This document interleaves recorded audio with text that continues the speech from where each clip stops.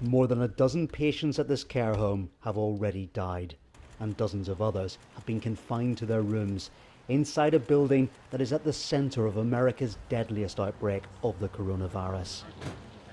And some, like Susan Haley, are showing symptoms of being infected. It feels like prison. It feels like there's a gun to her head. Susan's daughters aren't being allowed to visit her for their own health. They've only been able to see their mother by standing outside the closed window of her room. I feel like the worst daughter in the world. I really do. Because I can't help her.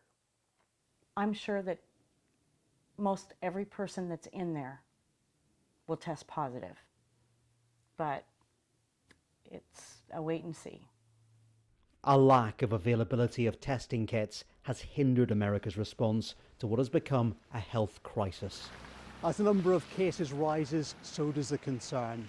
The authorities admit that they haven't been able to test everyone that is showing symptoms. In reality, that means that they believe hundreds, if not thousands, are carrying the virus here in the greater Seattle area. This is a city that's beginning to feel stalked by COVID-19. Businesses, schools and universities have told people to work from home. But every day thousands gather in places like Seattle's famous Pike Place Market.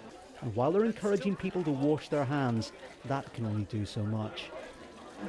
I think shutting down schools is a good idea, but I don't really know how much you can prevent the spread of it in a city like Seattle. The majority of deaths in the US so far have been linked to the Kirkland Life Care Centre. But Carmen can't go in and her mother can't leave.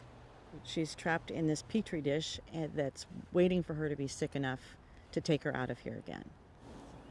Containment is clearly a concern, but contagion is a deep fear for all the vulnerable living here. Chris Buckler, BBC News, Seattle.